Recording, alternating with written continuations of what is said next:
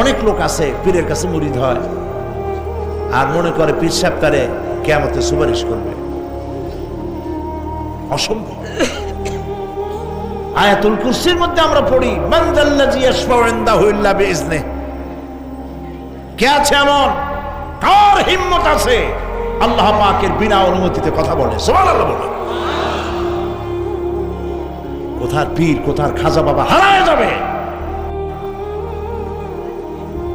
ইব্রাহিম আলাইহিস সালামের মতো পয়গম্বর কি মনে করে আল্লাহর খলিল। ইব্রাহিম আলাইহিস সালাম আল্লাহর কি? আল্লাহর খলিল। আল্লাহর খলিল কিয়ামতের দিন বলবেন আল্লাহ পাক, আয় আল্লাহ তাআলা, আমার বাপের কাছে আমার একটা ওয়াদা ছিল, আমি সুপারিশ করব তার জন্য, তুমি দয়া করে আমার বাপকে জাহান্নাম থেকে ক্ষমা করো, আমি তার জন্য সুপারিশ করতেছি। আল্লাহ তাআলা বলবেন, ইব্রাহিম তোমার সুপারিশ মঞ্জুর হলো না। কথা বুঝতেছেন না? বুঝতেছেন না? ইব্রাহিম আলাইহিস সালাম যদি বাপের জন্য সুপারিশ করতে না পারে, ইব্রাহিম আলাইহিস সালাম তিনি যদি তার বাপের জন্য সুপারিশ করিয়া যদি ব্যর্থ হন, আপনার পিসাব কোন কামে লাগবে চিন্তা করেন। নবী করিম সাল্লাল্লাহু আলাইহি ওয়াসাল্লামকে প্রশ্ন করা হয়েছে, হে রাসূল আপনার আব্বা আম্মার অবস্থা কি হবে?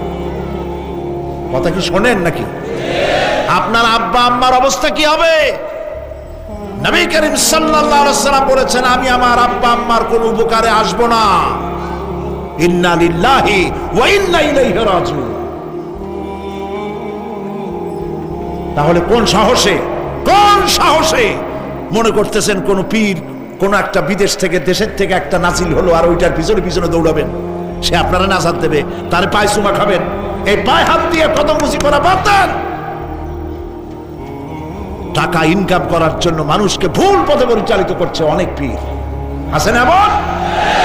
খালি মানুষে টাকা দেয়, জামায় অনেক পকেট, খালি টাকা নেয় সমানে ঢুকাইতে থাকে চতুর্দিক দিয়ে, বাইরে বোঝার উপায় নাই। কিন্তু অনেক পীর আছে এমন, ঢাকা শহরে বড় বড় মার্কেটের মালিক, আমি জানি বড় বড় মার্কেটের মালিক, বিরাট ব্যবসায়ী, জামা পরিষ্কার করে না 2 মাসেও,